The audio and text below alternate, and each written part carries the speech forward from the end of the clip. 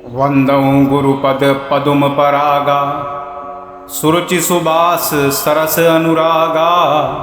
अमिय मोरमय चूरन चारु, समन सकल भवरुज परिवारु। अर्थात मैं गुरु महाराज के चरण कमलों की रज की वंदना करता हूँ, जो सुरुचि सुगंध तथा अनुराग रूपी रस से पूर्ण है। वह अमर मूल यानी संजीवनी जड़ी का सुंदर चूर्ण है, जो संपूर्ण भव रोगों के परिवार को नाश करने वाला है।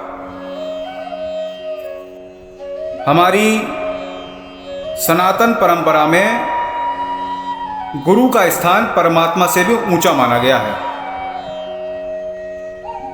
आज भक्त चरित्र प्रवाह के क्रम में एक अखंड गुरु भक्ति कथा हम कहने जा रहे हैं। कृपया प्रेम पूर्वक सुनिए। रसिक मुरारी नाम के एक महात्मा हुए हैं। वह बड़े संत सेवी और गुरु भक्त थे। अपने गुरुदेव के प्रति रसिक जी की कैसी निष्ठा व भक्तिभाव था, इससे जुड़ा उनके जीवन का एक मधुर प्रसंग उल्लेखनीय है। एक समय की बात है कि रसिक जी के गुरुदेव को राजा ने आग्रह पूर्वक 4 गांव भेंट किए, ताकि उनके राजस्व से साधु संतों की सेवा भली प्रकार से हो सके। परंतु कुछ समय के बाद एक लोभी ठेकेदार, जो कि राजा के निकट था, उसने राजा को चाटुकारितावश कुछ समझा बुझा करके उन 4 गांवों का पट्टा अपने नाम लिखवा लिया। अब राजस्व न मिलने से संतों की सेवा में विघ्न आने लगा। इससे चिंतित होकर के गुरुदेव महाराज ने रसिक जी को बुलवा भेजा। जिस समय रसिक जी के पास संदेशवाहक पहुंचा, उस समय वे भोजन कर रहे थे। जैसे ही उन्हें यह समाचार प्राप्त हुआ कि गुरुदेव ने बुलवाया है, वह उसी प्रकार भोजन को छोड़ करके बिना हाथ धोए उसी अवस्था में चल पड़े और अपने गुरुदेव के पास पहुंच करके साष्टांग प्रणाम करके बोले, हे गुरुदेव, आपने मुझे कैसे याद किया? तो गुरुदेव ने उनको उक्त 4 गांवों के विषय में बताया और उनको ठेकेदार के कब्जे से मुक्त कराने की आज्ञा दी। उधर जब ठेकेदार को पता चला कि रसिक मुरारी जी गांव का कब्जा छुड़ाने के लिए आ रहे हैं, तो उसने उनके मार्ग में एक मतवाला हाथी छुड़वा दिया, ताकि वह रसिक जी को कुचल के मार डाले। इधर रसिक जी को ठेकेदार की बदनीयती का पता चल चुका था।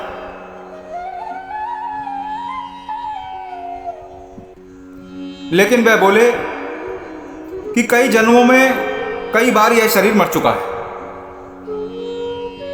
फिर भी जन्म और मरण का अंत नहीं आया।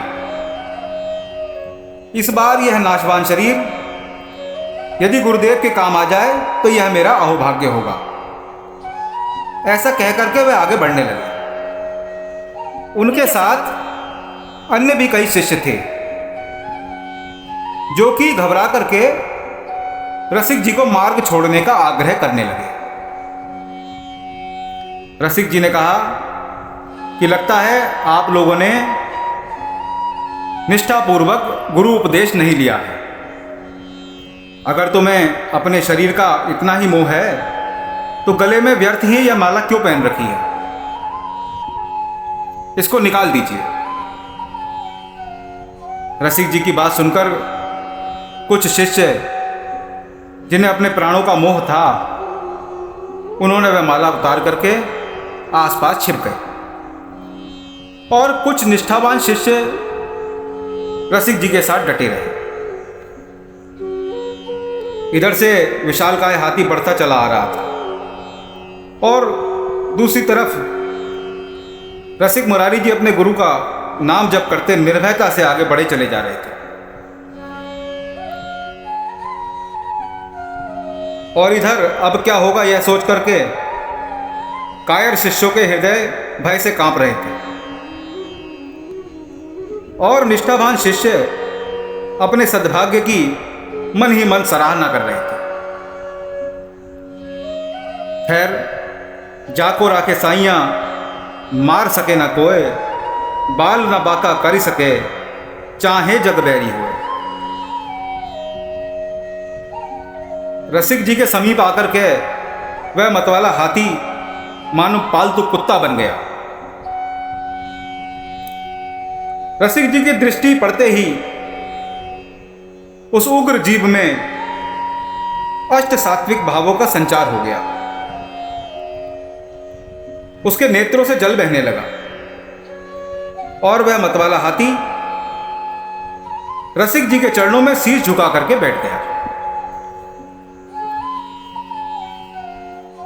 और रसिक जी ने कायर शिष्यों की उतारी हुई मालाएं उस हाथी को पहना दी और उसके कान में राम कृष्ण नारायण मंत्र का उपदेश किया और उसे मंत्र दीक्षा भी दे दी। अब उसका मतवालापन बिल्कुल शांत हो गया था। इधर जो बेचारे शिष्य माला छोड़कर छुप गए थे वह भी अपने अपने स्थानों से निकल आए और रसिक जी के चरणों में पड़ करके क्षमा याचना की और पुनः शरणागत हो गए। उधर जब ठेकेदार को यह समाचार मिला तो वह भी नंगे पांव भागा भागा आया और रसिक जी से क्षमा याचना करने लगा। उसने चारों गांवों के दस्तावेज और वह हाथी भी रसिक जी को भेंट कर दिया।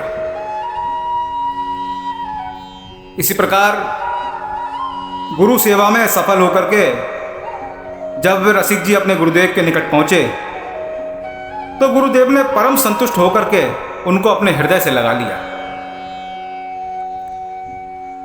जब गुरु शिष्य से संतुष्ट हो जाए इसके आगे तीनों लोकों का वैभव भी तुच्छ है। अष्ट सिद्धियां नवनिधि भी फीकी हैं।